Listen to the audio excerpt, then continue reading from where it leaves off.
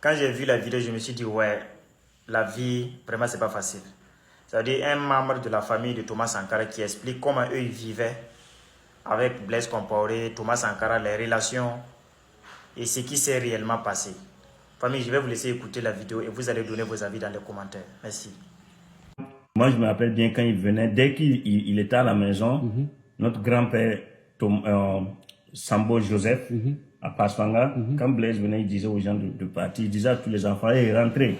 Mon fils est arrivé, je vais parler avec mon fils. Donc Blaise, c'était notre tonton. Nous, on a grandi le voyant comme notre tonton. Tonton Blaise, on partait dans ses pieds, on le touchait, on parlait avec lui, c'est comme ça on a grandi. Et moi, je me rappelle quand Thomas a été assassiné, Thomas a été assassiné en 87, moi j'avais 8 ans.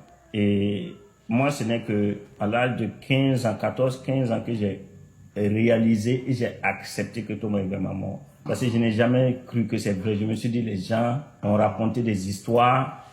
Blaise ne va jamais tuer Thomas. Les gens se sont trompés. Il l'a sûrement mis quelque part, il l'a caché, il va revenir, il ne peut pas le tuer. C'est pas possible. Blaise, que moi je connais. C'est dans cette vidéo que tu vas comprendre que quand on parle de révolutionnaire, ce n'est pas celui-là qui dit je suis révolutionnaire. Ce n'est pas celui-là qui dit que nous étions les premières personnes à soutenir la révolution. C'est pour que chacun comprenne. Dans une révolution là, c'est toute une vie. Nous, on va mener le combat. Après, nous, nos enfants vont venir mener le combat. Mais ce qui fait de toi un révolutionnaire, un homme de conviction, c'est après ta mort. Quand on va se rendre compte que toute ta vie, tu as mené le combat jusqu'à ta mort.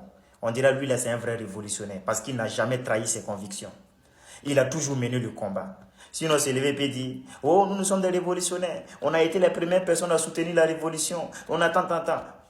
Mon gars, jusqu'à preuve de contraire, on ne peut pas te faire confiance d'abord. C'est la fin qui justifie les moyens. Et le Burkina Faso, là, il y a beaucoup d'exemples, des gens qui ont mené le combat jusqu'à leur mort. Et aujourd'hui, on les prend comme des modèles, comme des héros. Que Dieu nous protège. Que Dieu fasse qu'un jour, on ne mette pas nos intérêts personnels au-dessus des intérêts de la nation. Que Dieu fasse qu'un jour même, là, il ne traverse même pas dans notre esprit de trahir notre nation. Qu'on ne soit pas des ennemis de notre pays.